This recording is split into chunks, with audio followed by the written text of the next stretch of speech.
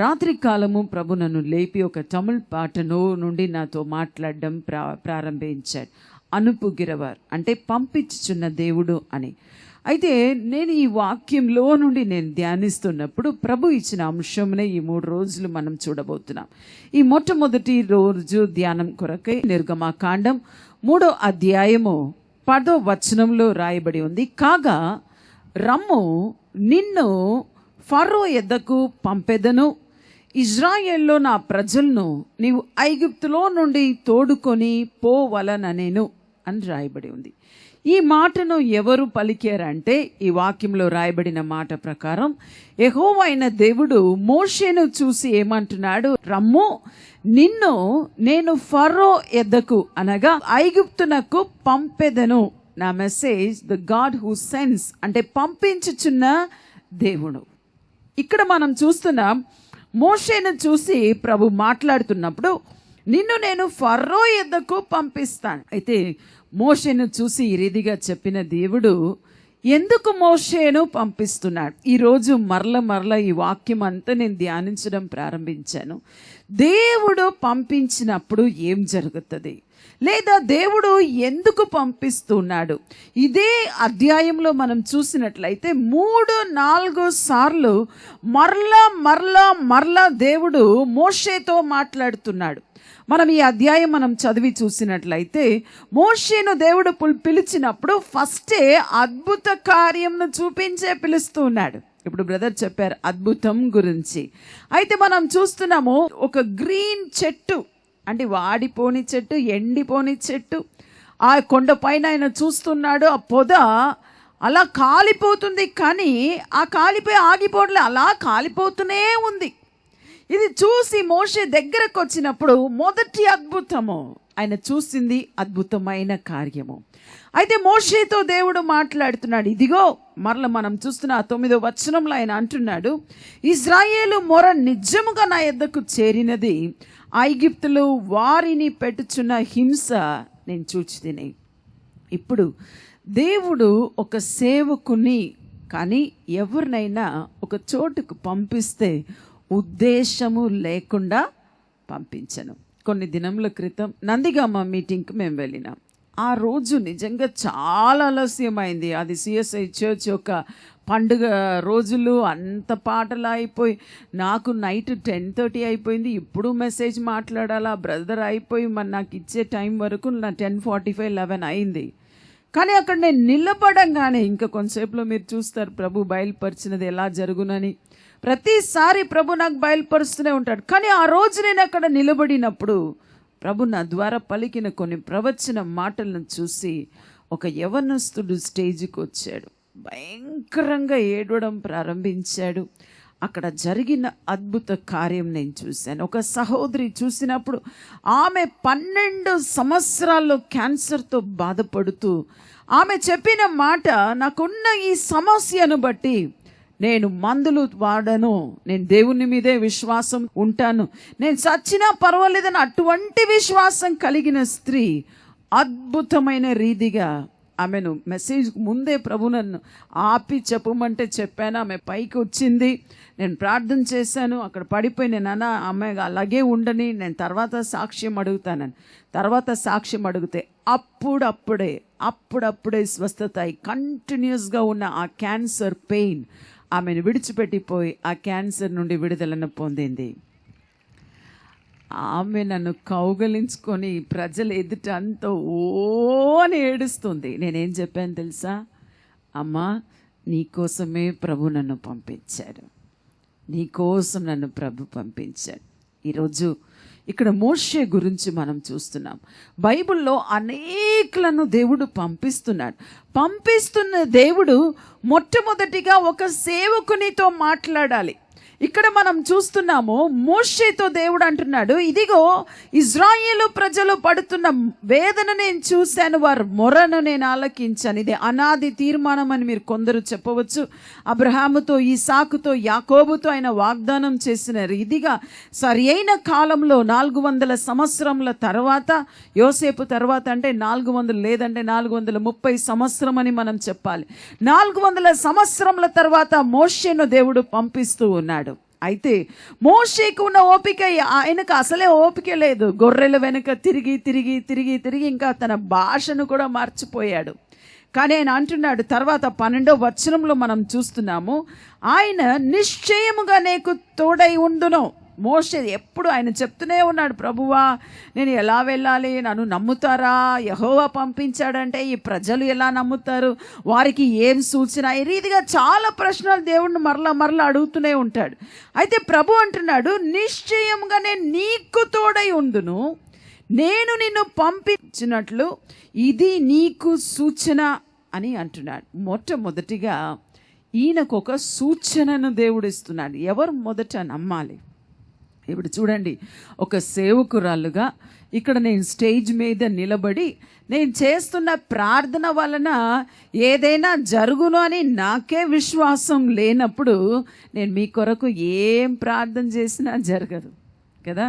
మొట్టమొదటి ఎవరికి విశ్వాసం కావాలి?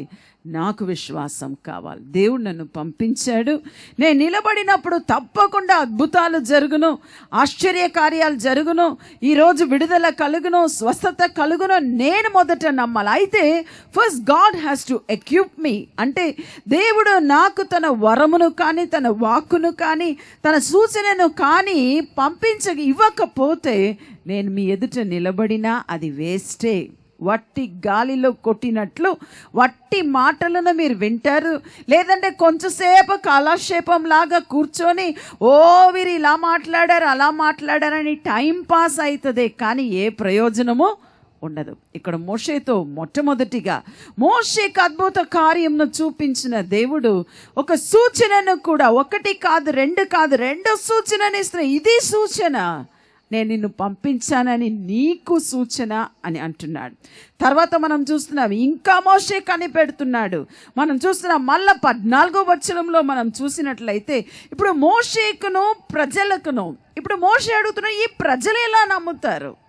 అక్కడ రాయబడి ఉంది, అందుకు దేవుడు నేను ఉన్నవాడను అనువాడనై ఉన్నానని మోషేతో చెప్పెను, మరియు ఆయన ఉండున్నవాడును మీ యొద్దకు నన్ను పంపినని నీవు ఇశ్రాయేలుతో చెప్పవలన. నేను మోషేతో అంటున్నాడు, నేను ఉన్న దేవుడు, I am that I am. ఇంగ్లీష్లో మనం చూస్తే I am that I am. ఈ తెలుగులో ఉన్న మాట వేరే, తమిళ్లో ఉన్న రకం వేరే, ఇంకా కన్నడలో వేరే, కానీ ఇంగ్లీష్లో చూస్తే I am that I am అంటే నేను ఈరోజు ఉన్నాను. రేపటి దినం అయితే మనం ఏమంటాం తెలుసా? మనం మనుషులు ఏమంటాం? నిన్న అంటాం, లేదంటే గతించిన జీవితం గురించి చూస్తున్నాం. కానీ దేవునికి మాత్రం నిన్న అనేది కాదు. అందుకే రాయబడి ఉంది, నిన్న నేడు నిరంతరము యుగ యుగములు ఒకే రీతిగా ఉంటున్న దేవుడు. He is the same yesterday today and for ever. అంటే ఈరోజు ఉన్న దేవుడే రేపు అని వస్తే మనం రేపు అంటాం. రేపటి దినం మనం చేరినప్పుడు ఆయన మొట్టమొదటి ఆయన ఉన్న దేవుడు. సూర్యుడున్నా సరే, చంద్రుడున్నా సరే, ఏది ఉన్నా సరే, ఏది లేకపోయినా సరే, ఈ యుగం అంతమైనా సరే ఆయన ఉన్న దేవుడు. చప్పట్లు కొట్టి ఆయన మహిమపరుద్దాం. హల్లెలూయా, హల్లెలూయా. మనం చూస్తున్నాం ఉన్న దేవుడు అయేమని నిన్ను పంపించానని పోయి చెప్పు అని అంటున్నాడు. తర్వాత మనం చూస్తున్నాం ఇంకా మోషే నమ్మడానికి దేవుడు ఆయనతో మాట్లాడుతున్నాడు.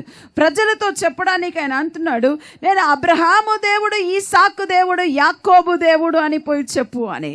నీ పితరుల దేవుడైన నా దేవుడని పోయి చెప్పు, ఈ దేవుడే నన్ను పంపించాడని పోయి చెప్పు అని అంటున్నాడు. తర్వాత మనం చూస్తున్నాం లాస్ట్లో ఇంకా ఆయన ఏమంటున్నాడు, ప్రభువా నాకు ఈ బలహీనం ఉంది ప్రభువా, నా నాలుక ఇటువంటి నాలుక, నేను ఎప్పుడు మాట నేర్పని వాను, I'm a man of stammering lips. అంటే మనం భాషలో చెప్పాలంటే నత్తి నాలుక. ఒక మాట చెప్పాలంటే, ఒక పేరు పిలవాలంటే ఆ పేరు చెప్పడానికి కొంచెం గ్యాప్ వచ్చి మాట్లాడేవాళ్ళు. ఈయన అంటున్నాడు, నేను ఎలా ఫరో ఎదుట మాట్లాడతాను?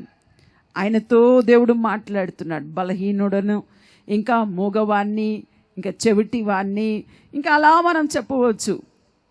వాళ్ళందరినీ నేనే ఏం చేశాను? సృష్టించాను కదా. ఈ రోజులో సేవకుల బలహీనంను చూస్తున్నావు. ఒకవేళ మీరు అనవచ్చు, ఓ బ్రదర్కి బలహీనం ఉందా, సేవకులకు రావచ్చా? నేను ఎప్పుడు అంటాను, ఏ సేవకులైనా సరే, మోషే అయినా సరే, ఎలీషా ప్రవక్త అయినా సరే, యేసు ప్రభు తప్ప ఈ భూమి మీద జన్మించిన ఏ సేవకులైనా ఏదైనా బలహీనము ఉండొచ్చు, ఉండకపోవచ్చు.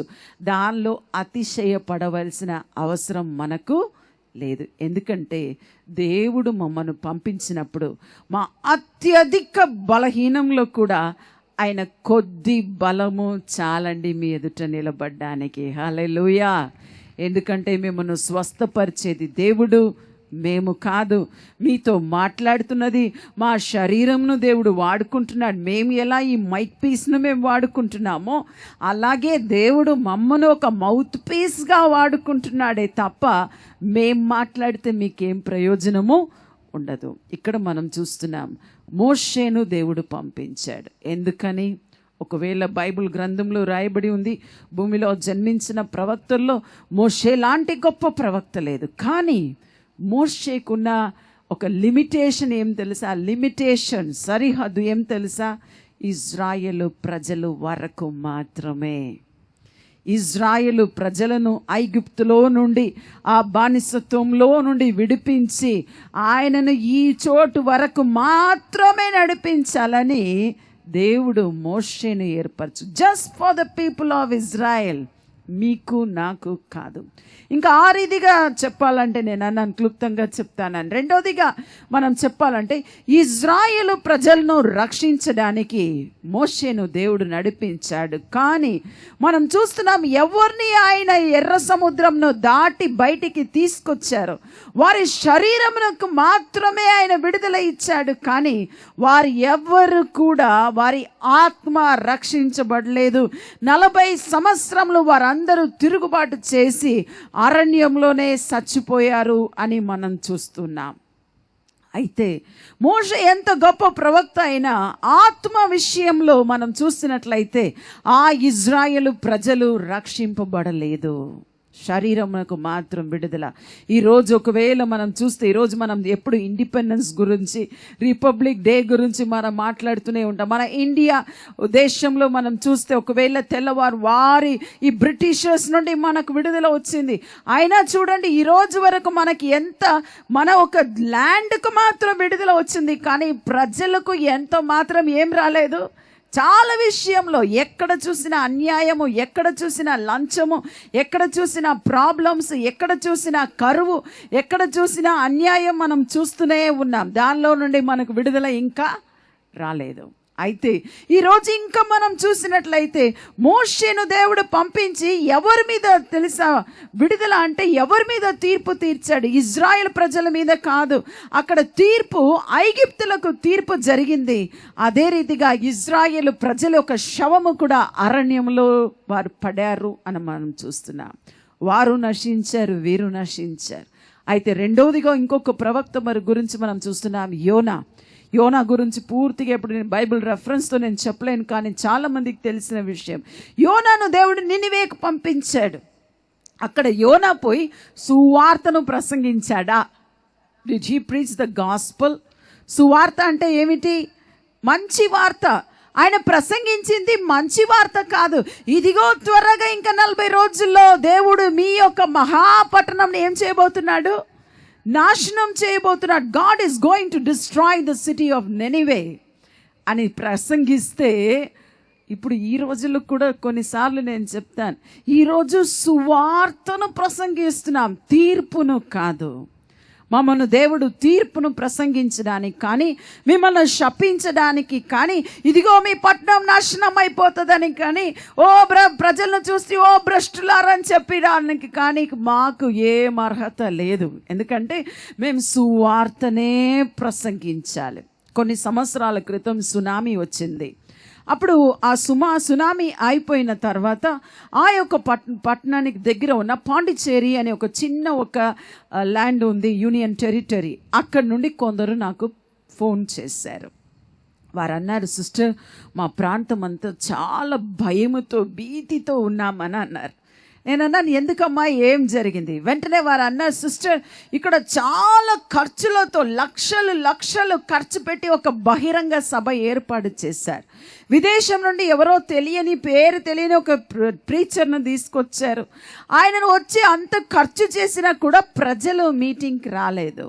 కొంతమంది మాత్రం మీటింగ్కి వెళ్ళారు. వెంటనే వచ్చిన ప్రజలను చూసి ఆ దైవజనునికి చాలా కోపం వచ్చి ఆయన అన్నాడంట, ఈ చిన్న ఒక ఊరు చూడు, త్వరగా ఇంకొక సునామీ వస్తుంది, సునామీ వచ్చి మీ ప్రాంతంలో మృంగివేస్తుంది. వారందరికీ భయం వచ్చింది. అబ్బా, ఎక్కడ పోవాలి? ఈయన ఈ రీతిగా చూడండి, మంచి వార్త స్ప్రెడ్ అవ్వడానికి చాలా టైం పడుతుంది, అవునా కదా?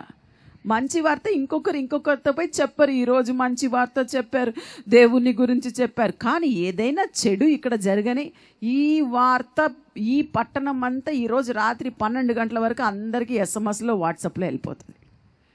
కానీ ఆ రోజు నెక్స్ట్ 2 రోజులు నాకు ఫోన్ వచ్చింది, సిస్టర్ మేమంతా చాలా భయంతో ఉన్నాం, మీరు దయచేసి మీరు ప్రార్థన చేసి దేవుడు ఏం బయలుపరుస్తున్నాడో చెప్పండి. నేనన్నాను, ఆ సేవకునికి కోపం వచ్చిందని, ప్రజలు రాలేదని ఆయన శపించిన మాత్రం సునామీ రాదు.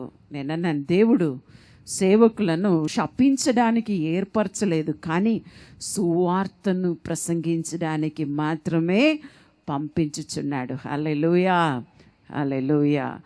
అయితే నేను చెప్పాను, ఇది జరగదు.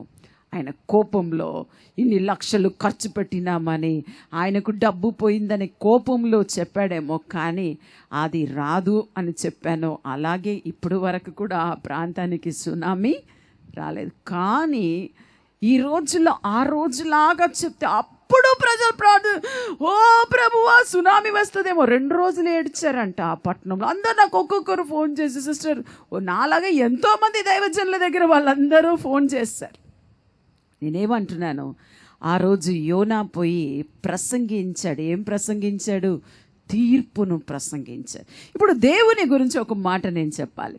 దేవునికి తెలుసు ఎక్కడ ఎవరితో ఎలా మాట్లాడితే. కొందరు మంచిగా చెప్తే వింటారు, కొందరికి ఒక దెబ్బ పడితేనే వింటారు. పిల్లల్లో 2 రకం ఉంటారు. నాకు కూడా 3 పిల్లలు ఉన్నారు. 3 రకం. ఒక్కరికి కొంచెం గట్టిగా చెప్తే వింటారు, ఇంకొకరు ఉన్నారు కొంచెం గట్టిగా చెప్తే ఉన్న చదువు కూడా చదవదు. సో ఆ రీతిగా ఇక్కడ చూస్తున్నాం, దేవునికి నినివేకు ఇతన్ని పంపించడానికి ముందే అయ్యో దయచేసి మారండి, దయచేసి మారు మనసు పొందండి అంటే ఎవరు మారని దేవునికి తెలుసు. కానీ యోనాకు ప్రవచనం ఇచ్చి, నువ్వు పోయి చెప్పు, ఇంకా నాశనం అవుతుంది చెప్పు. ఆయన దేవుడు నన్ను ఇంత పట్టుదలతో నన్ను తీసుకొచ్చాడు, సముద్రానికి తప్పించాడు, చేపను ఏర్పాటు చేసి తప్పించాడు, చాలా రోషంతో చేస్తున్నా, ఓ నువ్వు మీరు నాశనం అవుతుంది, ఇంకా 40 రోజులే మంచిగా తినండి అంటే వాళ్ళందరూ ఏం చేశారు? ఆ 40 రోజుల లోపల వాక్యంలో మనం చూసినట్లయితే సింహాసనంలో ఉన్న రాజు మొదలుకొని పశువులు వరకు కూడా, జంతువులు వరకు కూడా ఉపవాసముతో మారు మనసు పొంది దేవుణ్ణి వెతకడం ప్రారంభించారు. దేవుని పని అయిపోయిందండి. చెప్పలు కూడా దేవుని మహింపరుద్దామా? దేవుని పని అయిపోయింది. The job is done. దేవుడు తన పనిని ఈజీగా చేసి ముగించారు. ఆ 40 రోజుల్లో వారు మారు మనసు పొందారు. కానీ అక్కడ యోనాను దేవుడు పంపించింది, నేను ఫస్ట్ అన్నాను, మోషేను ఐగుప్తుల చేతిలో నుండి రక్షించడానికి ఇజ్రాయేలు ప్రజలకు మాత్రమే దేవుడు పంపించాడు. ఇంకా రెండవదిగా యోనాను పంపించాడు నినివే ప్రజలు రక్షించడానికి. కానీ అందరికన్నా మోషే కన్నా గొప్పవాడు, అబ్రహాము కన్నా గొప్పవాడు, యోనా కన్నా గొప్పవాడు, యాకోబు కంటే గొప్పవాడు, అబ్రహాము కంటే గొప్పవాడు ఇంకొకరు ఉన్నారు, పంపించబడిన వ్యక్తి. వాక్యంలో చూసినట్లయితే యోహాను సువార్త 3వ అధ్యాయం 16వ వచనం 17వ వచనం ఇప్పుడే మీకు తెలిసి ఉంటుంది ఎవరిని దేవుడు పంపించాడో. ఈ వాక్యంలో తెలుగులో రాయబడిన మాట ఈ రీతిగా ఉంది, దేవుడు లోకమును ఎంతో ప్రేమించి కాగా ఆయన తన అద్వితీయ కుమారునిగా పుట్టిన వాని యందు విశ్వాసముంచు ప్రతి వాడును నశింపక నిత్య జీవమును పొందినట్లు ఆయనను అనుగ్రహించెను. తెలుగులో అనుగ్రహించెను అని ఉంది, తమిళ్లో అనుపినార్ అని ఉంది. ఇంగ్లీష్ బైబిల్లో for God so love the world that he sent his only begotten sun అని రాయబడి ఉంది. సెంట్ అంటే అర్థం ఏం తెలుసు? SENT అనేది పంపించెను. ఎవరిని పంపించాడు దేవుడు? ఎందుకు పంపించాడు? యోహాను సువార్త 20:21 రాయబడి ఉంది, తండ్రి నన్ను పంపిన ప్రకారము అని యేసు అంటున్నాడు. తండ్రి నన్ను పంపిన ప్రకారం. తండ్రి ఎవరిను పంపించాడు? తన ఏకైక కుమారుని. జాగ్రత్తగా వినండి. లోకమును తీర్పు తీర్చడానికి మొదటి రాకడలో ఆయనను పంపించలేదు. అందుకే 17వ వచనంలో రాయబడి ఉంది, యోహాను 3:17లో, లోకము తన కుమారుని ద్వారా రక్షణ పొందుటకే కానీ లోకమును తీర్పు తీర్చుటకు దేవుడు ఆయనను లోకానికి పంపలేదు. ఈ వాక్యంలో మనం చదివిన రీతిగా ఎన్నో సందర్భం వచ్చింది యేసు తీర్పు తీర్చడానికి. వ్యభిచారంలో పట్టబడిన స్త్రీని తీసుకొచ్చారు. ఆయన అంటున్నాడు, నేను కూడా తీర్పు తీర్చను, నువ్వు సమాధానంతో వెళ్ళు, పాపం చేయకము. పాపాత్మురాలైన స్త్రీ వచ్చింది, ఆయనను నిందించలేదు, ఆమెకు ప్రేమను చూపించాడు, ఆమె మారు మనసు పొందింది. ఇంకా ఆ రీతిగా మనం చెప్పాలంటే జక్కయ్యతో మాట్లాడాడు, అందరూ ఆయన మీద నేరం మోపాడు. కానీ దేవుని సన్నిధిని బట్టి, దేవుని సన్నిధి ఎక్కడ ఉండునో అక్కడ స్వాతంత్ర్యం గలదు అని వాక్యంలో ఉంది. యేసు ఎక్కడెక్కడ వెళ్ళాడో తీర్పు తీర్చలేదు. కానీ ఒకటి మనం చాలా తీర్పు పాత నిబంధనలో చూస్తున్నాం. మన అతిక్రమం నిమిత్తము, మన పాపము నిమిత్తము, మన అవిధేయత నిమిత్తం మన అందరూ పొందవలసిన శిక్షను, ద ట్రాన్స్గ్రెషన్ అని రాయబడి ఉంది ఇంగ్లీష్ బైబిల్లో. మన అతిక్రమములన తీర్పును దేవుడు యేసు మీద తీర్పు తీర్చాడు. ఏం తీర్పు? మీరు నేను అనుభవించవలసిన ఆ తీర్పును యేసు మీద తీర్చాడు. కాబట్టి ఆయన సిలువలో మీ కొరకు నా కొరకు మరణించాడు. హల్లెలూయా. ఈరోజు మనకు దేవుడు ఒకవేళ శిక్షించి మనం రక్షించబడాలని అనుకుంటే, నా ఒక ఆలోచనలో చెప్తున్నాను, ఈ రోజుల్లో 1 కాదు, 2 కాదు, 3 కాదు, ప్రపంచం అంతా కూడా ఎన్నో కోట్ల కొలది ప్రజలు, ఈరోజు నేను చదివిన ఈ వాక్య భాగంలో చూస్తే లోకము అనే మాట రాయబడి ఉంది. 17వ వచనంలో ఉంది, లోకము తన కుమారుని ద్వారా రక్షణ పొందుటకే గాని. లోకం అంటే ఏమిటండి?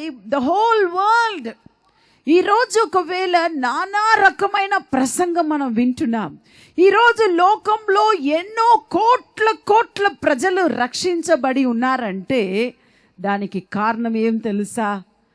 దేవుడు యేసును పంపించి తీర్పు తీర్చి ఉంటే ఆ రోజు ఇజ్రాయేలు ప్రజలు ఆ రోజు చనిపోయి ఉంటారేమో. కానీ ఆ సిలువకు యేసును అప్పగించి ఈరోజు యేసును తీర్పు తీర్చాడు కనుక ఆయన ప్రేమను బట్టి, ఎవరి ప్రేమను బట్టి?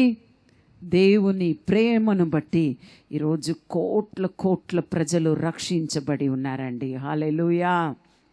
ఈరోజు మీకు నేను చెప్పుచున్నది సువార్త. ఏం వార్త? ఇంకా టైం దగ్గర పడుతుంది, చాలా సమీపంగా ఉంది. 1 కాదు, 2 కాదు, 2016లో మనం ఉన్నాం. ఆఫ్టర్ క్రైస్ట్లో ఉన్నాం. దేవుని రెండో రాకడ చాలా సమీపంగా ఉంది.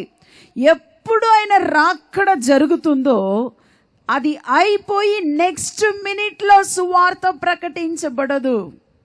మారు మనసు పొందండి అని చెప్పడం ఉండదు. ఆయన రాకడ తర్వాత జడ్జ్మెంట్ థ్రోన్. అంటే ఇది చాలా పెద్ద టీచింగ్ అండి. ఒకవేళ నేను చెప్పానండి, మీరు ప్రకటన గ్రంథం కూడా చెప్పొచ్చు 1000 సంవత్సరం ఉంది సిస్టర్, తర్వాత జడ్జ్మెంట్ ఇవన్నీ అని. అవన్నీ కరెక్టే, కానీ సువార్తను ఇప్పుడు భూమి అంతా ప్రకటించబడుతుంది. ఒకవేళ ఈరోజు మీరు వచ్చారు, రక్షణ అని చెప్పినప్పుడు శరీరానికి కానీ ఆత్మకు కానీ మీ యొక్క ప్రాణానికి కానీ మీకు ఎక్కడ రక్షణ అవసరమో, ఒకవేళ విడుదల కావాలా లేదా స్వస్థత కావాలా, ఇవన్నీ కూడా రక్షణనే. పేతురు మునిగిపోతున్నప్పుడు పిలుస్తున్నాడు, లార్డ్ సేవ్ మీ అని అంటున్నాడు. ప్రభువా నన్ను రక్షించుము అని అంటున్నాడు. రక్షించరు ఎక్కడి నుండి? మునిగిపోతున్నాను ప్రభువా రక్షించుము. పాపంలో మునిగిపోతున్నారేమో, శాపంలో మునిగిపోయి ఉన్నారేమో, అప్పుల బాధలో మునిగిపోయారేమో, రోగంలో మునిగిపోయారేమో, వ్యాధిలో మునిగిపోతున్నారేమో. ఏ సమస్య నుండి అయినా రక్షించగలిగిన ఒకే ఒక నామం. ఏం నామం అండి? ఇంతకుముందు చక్కగా ఆరాధించారు. ఏ నామము? యేసునామం. ఈరోజు మనం పిలవబోతున్నాం. ప్రభు మన మధ్య సంచరించి అద్భుత ఆశ్చర్య కార్యముతో ఎవరెవరు ఆయన రక్షకుడు అని నమ్మి ఆయన నామంను బట్టి మీరు మొరపెడతారో మిమ్మల్ని రక్షించడము ఆయనకి ఈ రోజు కూడా సాధ్యం. నమ్ముతున్న వారి చప్పలు కొట్టి దేవుని మహింపరుద్దాం. ఇక్కడ ఎవరో ఒకరు నేను స్టేజ్ ఎక్కి రావడం ఈరోజు చూశారు. నేను వచ్చి స్టేజ్లో కూర్చున్న వెంటనే ప్రభు మిమ్మల్ని నాకు చూపించారు.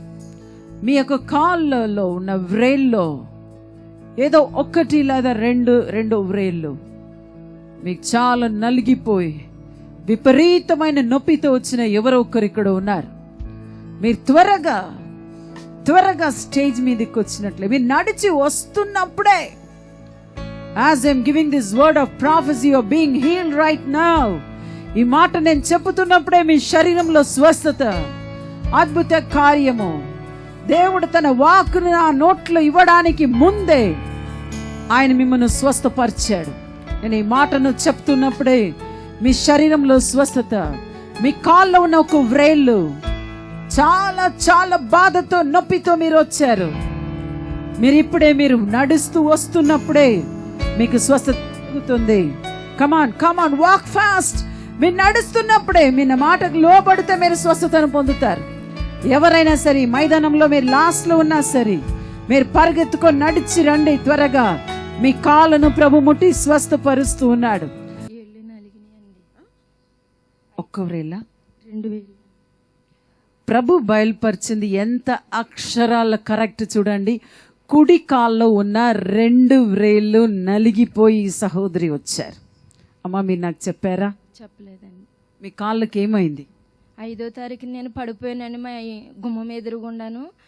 కాలు మడతడి పడిపోతే అలాగే తిరిగేసి నేను హాస్పిటల్కి వెళ్తే 2 ఎముకలు చిట్లి అని అన్నారు. రేపు రమ్మన్నారండి. సిమెంట్ పోత వేసి నెల 25 రోజులు రెస్ట్ తీసుకోవాలి అన్నారు.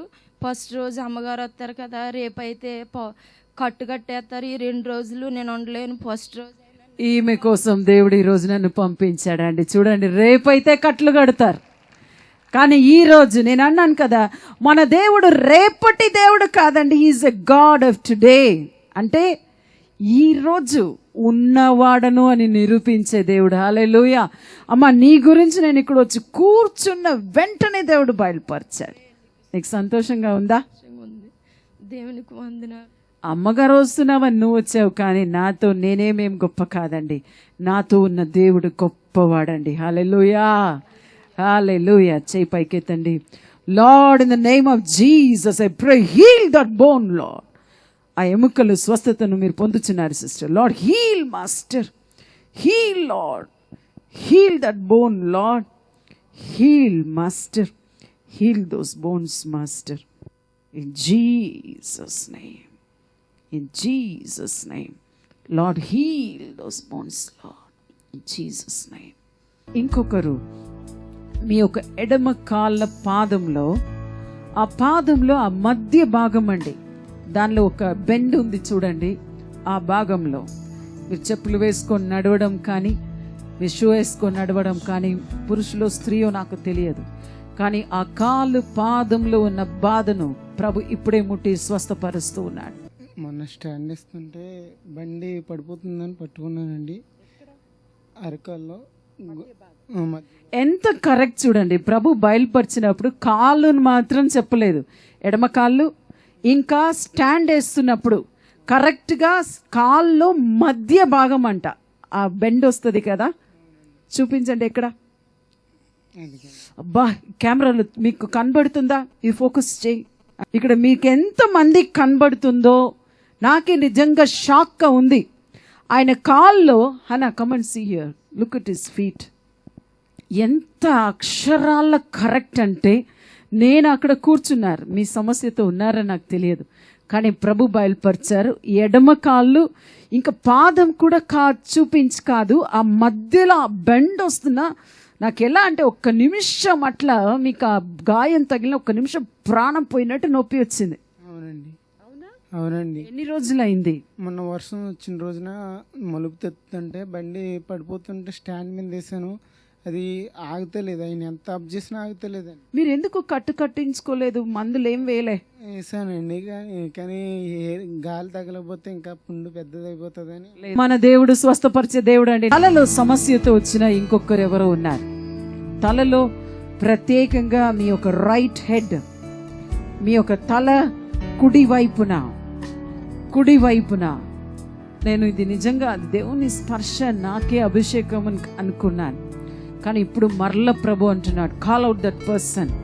కుడి వైపున మీ తల భాగంలో కుడి వైపున బాధతో మీరు వచ్చారు. మీకు స్వస్థత కావాలంటే త్వరగా రండి. కుడి భాగంలో 9 సంవత్సరాలుగా బాధపడుతున్నానండి. కుడి భాగంలో ప్రభు బయలుపరిచింది ఒక్క ప్రక్కన రైట్ సైడ్ లో. చెవు, కన్ను, ఈ భాగం మొత్తం భయంకరమైన శోధనని తట్టుకోలేని స్థితిలో రోజు బాధపడుతూనే ఉంటాను. 9 సంవత్సరాల నుండి కుడి ప్రక్కన మాత్రం సమస్యతో ఉన్న సహోదరి, అమ్మ మీరు నాకేం చెప్పలేదు, కానీ ప్రభు బయలుపరిచింది మీ యొక్క రైట్ సైడ్ అంతా కూడా కాలు చేయి కూడా లాగేస్తూనే ఉంటుందండి. డాక్టర్స్ చూపించారా? చూపించలేదు. కానీ ఇన్ని సంవత్సరాలు ఎందుకు కనిపెట్టారు? దేవుడు పిలుస్తాడండి. దేవుడు పిలుస్తాడని 9 సంవత్సరాలు కనిపెట్టారండి.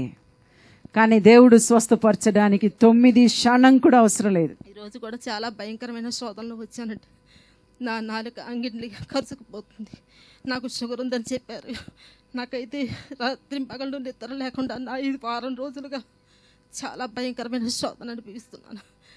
అసలు మాట్లాడలేకపోతున్నాను, గుటకు కూడా వేయలేకపోతున్నానండి. దేవా నన్ను పిలువతండి, నాకు శోధన నుండి విడుదల చేయమని ప్రార్థించాను. ఇప్పుడు మీకు విడుదల అయితే నమ్ముతున్నారా? నమ్ముతున్నానండి. Lord Father, I pray, heal Lord in Jesus' name. Lord Father, I rebuke every works, Master. Lord Father, from the top to the bottom, heal her body, Lord. In Jesus' name, work in her, Father. తల నుండి అరి కాళ్ళ వరకు ఆమెను ముట్టి స్వస్థపరచండి ప్రభువా, స్వస్థపరచండి, ఇప్పుడే స్వస్థపరచండి. చూడండి, ఆమె శరీరం అంతా వణుకుతుంది. హీల్ మాస్టర్, ప్రభు మీలో కార్యం చేస్తున్నాడు. మీ శరీరం అంతా వణుకుతుంది, దేవుడు కార్యం చేస్తున్నాడు మీ శరీరంలో. మీకు ఎంతమంది కనబడుతుందేమో తెలియదు నాకు. ఆమె బాడీ అంతా షివర్ అవుతుంది. గాడ్ ఈజ్ వర్కింగ్, ఆమెలో ప్రభు కార్యం చేస్తున్నాడు. ఇప్పుడు ఎలా ఉంది? నేను ప్రేయర్ చేశాను, మీకు ఏదైనా మార్పు?